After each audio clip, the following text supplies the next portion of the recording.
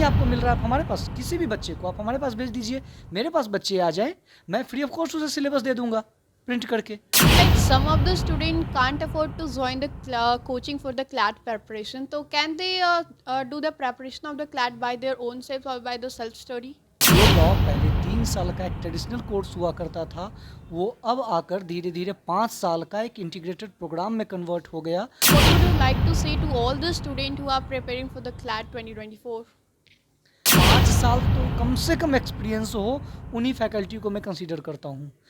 Average हमारे पास जो भी फैकल्टी होते हैं, वो 10 साल के एक्सपीरियंस के होल्डर होते हैं। नमस्कार, मैं हूँ राजनंदिनी और आप कलम इंडिया न्यूज़ देख रहे हैं। आज मैं एक ऐसे कोचिंग संस्थान में आई हुई हूँ जहाँ पे क्लैट का प्रेपरेशन कराया जाता है। तो बिना वक्त जाया किए हुए यहाँ के जो डायरेक्टर हैं उनसे हम बातें करते हैं। सर, पहले तो आप अपने बारे में हमें कुछ बताएं। मैं ए.के. सिंह क्लैटियंस का डायरेक्टर हूँ और इसे मैंने लगभग आज से 8 साल पहले इस्टेबल किया था। तो अभी फ़िलहाल यही चला रहा हूँ और लीगल फील्ड में कुछ-कुछ काम करने की कोशिश कर रहा हूँ। सर, आपकी जो ये कोचिंग है क्लैटियंस, इसके पीछे की लॉजिक क्या है, थीम क्या है? क्योंकि अभी के जो जनरेशन है वहाँ के जो स्टूडेंट्स हैं वो आईआईटी, मेडिकल, यूपीएससी, बीपीएससी की तैयारी कर रहे हैं। तो आपने क्लैट का जो कोचिंग है उसे ओपन करने का कैसे सोचा? जिस टाइम मैंने ये कोचिंग स्टार्ट किया था, हकीकत में बिहार में उसके कोचिंग ना के बराबर थे, बहुत कम। मैं ये दावा नहीं कर सकता हूँ 20 साल का कोचिंग, 25 साल का कोचिंग ऐसा कुछ नहीं है। 8 साल पहले स्टार्ट किया था और क्लैट भी स्टार्ट हुए बहुत लंबे समय नहीं हुआ है। जिस समय ये इंस्टीट्यूशन मैंने स्टार्ट किया था, उसके लगभग कुछ ही टाइम पहले 2-4 साल पहले ही क्लैट भी स्टार्ट हुआ था। तो ओवरऑल कोचिंग को स्टार्ट करने का पर्पस ये था कि बिहार में बच्चे या तो सरकारी नौकरी की तैयारी कर रहे थे या इंजीनियरिंग की तैयारी कर रहे थे या मेडिकल की तैयारी कर रहे थे। मेनली यही 3 सेक्टर थे जो बिहार के बच्चों के माइंड में थे और उसके लिए ओपन थे। मेरी कोशिश उस समय थी कि कोई ऐसे सेक्टर ओपन किए जाएँ जो जेन्युइनली बेटर हो, उसका इम्पैक्ट बेटर हो सकता है और उसमें कैरियर भी अच्छा हो सकता है। यही सोचकर मैंने लॉ को स्टार्ट किया, क्योंकि लॉ उस टाइम में अभी आकर धीरे धीरे बदल भी गया था। जो लॉ पहले 3 साल का एक ट्रेडिशनल कोर्स हुआ करता था, वो अब आकर धीरे धीरे 5 साल का एक इंटीग्रेटेड प्रोग्राम में कन्वर्ट हो गया, जो कॉमर्शियल जो एक पूरा कैरियर स्कोप क्रिएट करना होता है, वैसा ये बन गया। तो ये मेरा मेन फोकस और मेन पर्पस था इसे बिहार में क्लैटियंस को लेकर आने का। सर, लाइक बोरिंग रोड में ही ऐसे बहुत से क्लैट के कोचिंग्स हैं जो क्लैट की प्रेपरेशन करवाती है, तो बच्चे आपके कोचिंग में ही क्यों आए? ऐसी क्या स्पेशल क्वालिटीज़ है आपके कोचिंग में जो बच्चे यहाँ प्रेफर करें? एग्जैक्टली कोचिंग इंस्टीट्यूशन का मेन इम्पैक्ट तो अभी यही हो रहा है कि कॉमर्शियल वे में वो जाते जा रहे हैं। कोचिंग इंस्टीट्यूशन, देखो एक नाम होता है कोचिंग, जो कोच करते हैं, जो कोच करवाते हैं, उसे हम लोग कोचिंग बोलते हैं। जहाँ पे कोचिंग मतलब जो कोच कर रहे हैं वो प्लेस कोचिंग कहलाता है। लेकिन अभी क्या हुआ है ना कि कॉमर्शियलाइजेशन के इस दौर में कोचिंग का मतलब हो गया बेनिफिट ड्रिवन इंस्टीट्यूशन, जहाँ पे ज़्यादा से ज़्यादा बेनिफिट कमाया जाए। एजुकेशन और कोचिंग ये दोनों जब साथ में मिलता है तो कायदे से ये गुरुकुल जैसी एक परंपरा बननी चाहिए। लेकिन अभी क्या हो रहा है कि आपको मैं एक बड़ा बड़ा होर्डिंग, पोस्टर और एडवर्टीजमेंट में दिखाऊं, और जब वो दिखाऊंगा तो नो डाउट कि करोड़ों में उसके खर्च होंगे। करोड़ों में खर्च होगा आपसे, फिर करोड़ों रुपए मैं वसूल भी करूंगा। तो जो आपसे ले रहा हूँ या कोई भी कोचिंग इंस्टीट्यूशन जो आपसे पैसे या ले रहा है, वो खर्च कहाँ कर रहा है? क्या वो आपके जो रिसोर्सेज हैं एजुकेशन को वो देने में खर्च कर रहा है, या उस पैसे को वो एडवर्टीजमेंट, बिल्डिंग या इस तरह की चीज़ों पे खर्च कर रहा है? आप ध्यान से देखेंगे तो आपको यही दिखेगा कि ये एजुकेशन पे कम और कॉमर्शियल चीज़ों पे ज़्यादा, यानी कि कोई ऐसी एक्टिविटी करी जाए, ऐसा एक्ट किया जाए जिसके वजह से कॉमर्शियलाइजेशन यानी कि ज़्यादा से ज़्यादा लोग अट्रैक्ट हो सकें। जैसे टॉपर्स को ही प्रमोट करना। आप नॉर्मली एक चीज़ देखेंगे कि सारे इंस्टीट्यूशन टॉपर को प्रमोट करते हैं, और एक बहुत ही कॉमन चीज़ आपको दिखेगी कि लगभग सभी इंस्टीट्यूशन में टॉपर होता है और टॉपर सेम होते हैं। तो इससे आपको साफ साफ पता चलेगा कि चीज़ें कॉमर्शलाइज्ड हो चुकी है, वो एजुकेशन का मतलब ही नहीं बना। रही बात हमारी कि मैं क्या करता हूँ या हमारा इंस्टीट्यूशन दूसरे से अलग कैसे है। अलग अगर एजुकेशन के सेंस में देखेंगे तो हमारी कोशिश होती है, कल्चर डेवलप करने की कोशिश होती है गुरुकुल जैसी, कि बच्चे जब यहाँ आ रहे हैं उनसे जो मैं अमाउंट ले रहा हूँ तो मैं ज़्यादा फालतू का अमाउंट ना लूँ, जो मैं ले रहा हूँ वो उन्हीं के एजुकेशन के ऊपर खर्च करूँ। जैसे कि टीचर्स कैसे होने चाहिए, आप सिंपल सी बात है, टीचर को जिस तरीके से आप पे करेंगे, जैसी आप उनकी जितने अच्छे सैलरी आप उनको देंगे, यानी कि वो जितना ज़्यादा खुश रहेंगे वो आपके बच्चों के लिए उतना ज़्यादा काम करेंगे। तो मेरी कोशिश होती है रिसोर्सेज के ऊपर जो कलेक्शन है उसको डिस्ट्रीब्यूट करने का, ना कि एडवर्टीजमेंट और इस कॉमर्शलाइजेशन वाले जो भी चीज़ें होती है उसमें इसे यूज करने का। तो इसी तरीके से मेनली हमारा यही काम है, जिसके बेसिस में मैं खुद को उस सारे इंस्टीट्यूशन से अलग मानता हूँ। Sir, tell me something about your faculties, like the teachers teaches here. Exactly teachers हमारे यहाँ जितने भी हैं वो सारे टीचर अपने फील्ड के एक्सपर्ट हैं। मैं कभी भी ये नहीं कहता हूँ, जैसे नॉर्मल बहुत सारे लोगों का एक एक्सपेक्टेशन होता है कि अगर ये लॉ इंस्टीट्यूशन है तो सारे फैकल्टी लॉ कॉलेज से होने चाहिए।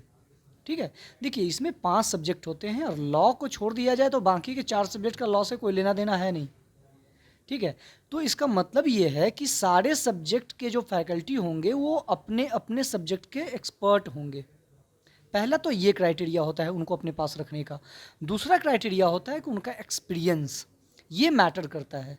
कभी भी मैं ये नहीं कोशिश करता हूँ कि जो न्यू कमर्स हैं, देखो अगर जॉब ओरिएंटेड चीज़ों के अकॉर्डिंग देखेंगे तो आप ये कह सकते हैं कि जो नए लोग हैं उनको भी मौका देना चाहिए। तो बात यहाँ पे एजुकेशन है, यहाँ पे जॉब क्रिएशन वाला सिस्टम नहीं हो रहा है कि मैं नए लोगों को मौका दूँ। सिंपल सा होता है कि बच्चों के लिए जो रिजल्ट क्रिएट करने के लिए या उनको नॉलेज देने के लिए जिन चीज़ों की ज़रूरत है वो एक्सपीरियंस से आ सकता है। तो कोशिश होती है कि कम से कम 5 साल तो कम से कम एक्सपीरियंस हो, उन्हीं फैकल्टी को मैं कंसीडर करता हूँ।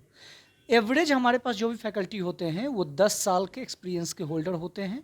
नॉर्मली मास्टर्स उनके अपने सब्जेक्ट में, जिस सब्जेक्ट को फैकल्टी हैं उनमें उनका मास्टर्स क्वालिफिकेशन होना चाहिए, ये हमारा क्राइटेरिया होता है। एक्सपीरियंस होना चाहिए। और जब भी किसी को सिलेक्ट करता हूँ एज ए फैकल्टी तो उसमें कुछ रिटन टेस्ट और कुछ डेमो क्लासेज कंडक्ट करके उसके बाद ही सिलेक्ट किया जाता है। स्टूडेंट फीडबैक और हमारी अपनी पैनल होती है उसके बेसिस पे।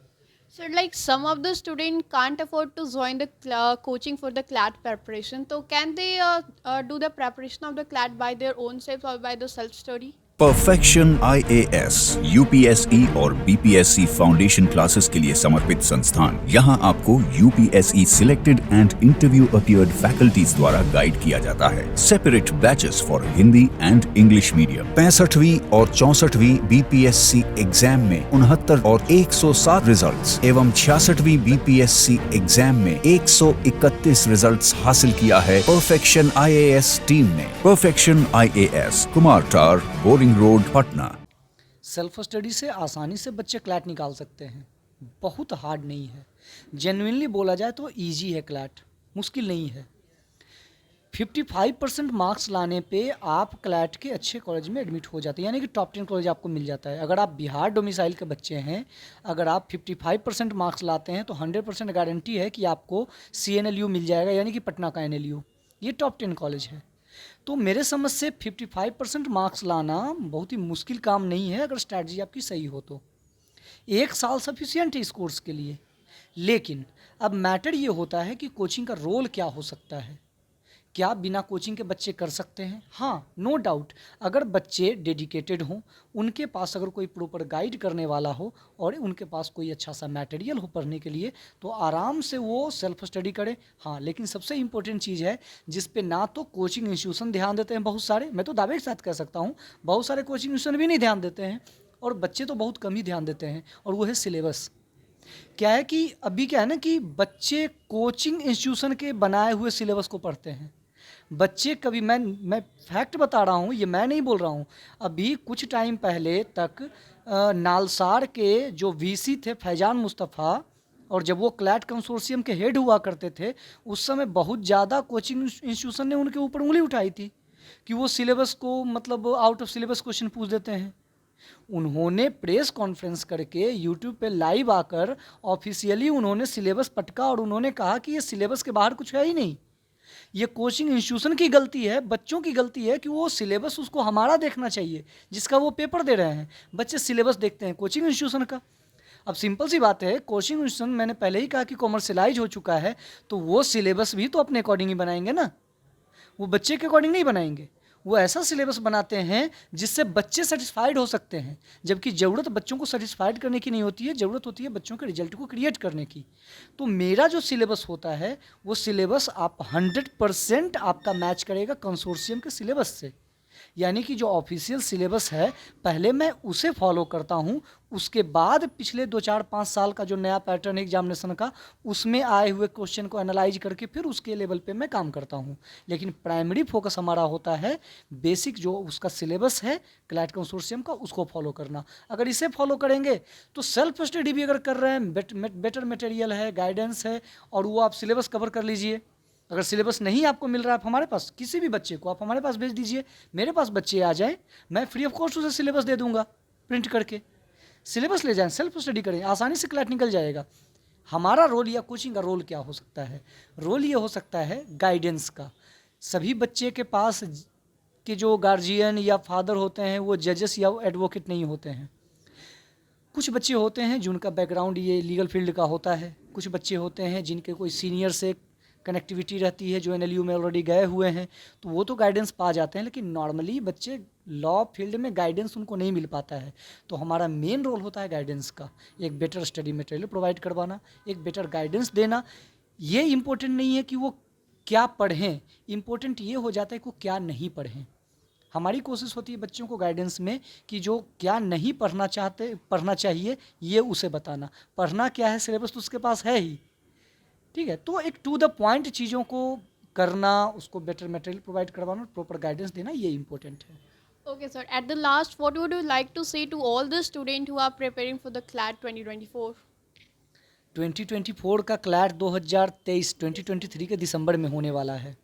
टाइम बहुत ज़्यादा नहीं है, लेकिन इतना टाइम है कि वो आराम से क्लैट निकाल सकते हैं बिना किसी घबराहट के, बिना मतलब माइंड में 1% का भी टेंशन नहीं लेंगे, आराम से क्लैट निकाल सकते हैं। उनको क्लैट निकालने के लिए 2024 के जो बच्चे हैं उनके लिए मैं यही कहूँगा कि एक प्रॉपर स्ट्रैटेजी डिसाइड करें, न्यूज़पेपर को प्रेफरेंस दें। न्यूज़पेपर में भी अगर क्लैट करना चाहते हैं तो पर्टिकुलरली इंडियन एक्सप्रेस ही पढ़ें, मैं ये कहूँगा। बहुत सारे लोग गाइड कर देते हैं कि आप द हिंदू पढ़ें, द हिंदू पॉलिटिकल न्यूज़ को ज़्यादा कवर करता है, ठीक है। ये यूपीएससी वालों के लिए तो सूटेबल हो सकता है, सिविल सर्विसेज वालों के लिए, लेकिन क्लैट वाले बच्चे के लिए बिल्कुल सूटेबल नहीं है द हिंदू।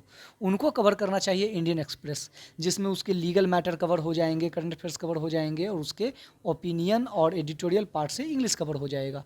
न्यूज़पेपर सबसे इंपॉर्टेंट पार्ट है, वो चाहे किसी कोचिंग में तैयारी कर रहे हैं, सेल्फ स्टडी कर रहे हैं या तैयारी करने वाले हैं, उनको सबसे पहले इंडियन एक्सप्रेस पढ़ना शुरू करना चाहिए। और उन्हें अगर इंडियन एक्सप्रेस पढ़ने में कि कौन सा टॉपिक पढ़ना चाहिए, क्या समस्याएं हो रही है, तो इसके लिए क्लैटियंस से वो एक बार कंसल्ट कर दें, वो भी बता दिया जाएगा। या यूट्यूब पे हमारे यूट्यूब चैनल है क्लैटियंस का, आप वहाँ भी चले जाएंगे बच्चे, तो वहाँ पे भी डेली का एक रहता है कि कौन कौन सा टॉपिक आपको आज के न्यूज़पेपर में पढ़ना है, वो पढ़ें। बहुत सारा प्रॉब्लम तो वहीं से सॉल्व हो जाएगा। इसके अलावा सेल्फ स्टडी में वो थोड़ा सा मटेरियल पे ध्यान दें, कोशिश करें कि ज़्यादा यूट्यूब और इन सब चीज़ों के चक्कर में ना पड़ें, प्रॉपर गाइडेंस मिले, प्रॉपर मटेरियल ले लें, आराम से कर सकते हैं। गाइडेंस की अगर कमी हो तो बच्चों को रिस्क नहीं लेना चाहिए। जो भी इंस्टीट्यूशन सूटेबल लग सकता है बच्चों को, जहाँ पर लगे कि वहाँ पे उनकी कोऑर्डिनेशन ज़्यादा बेटर बन रही है, उस इंस्टीट्यूशन को ज़रूर ज्वाइन करें, रिस्क नहीं लेना चाहिए, ये मेरा मानना है। Thank you so much sir. तो अगर आप चाहते हैं कि क्लैट में एनरोल हो तो एक बार क्लैटियन कोचिंग ज़रूर विजिट करें। ऐसे तमाम खबरों के लिए बने रहिए हमारे साथ और देखते रहिए कलम इंडिया न्यूज़।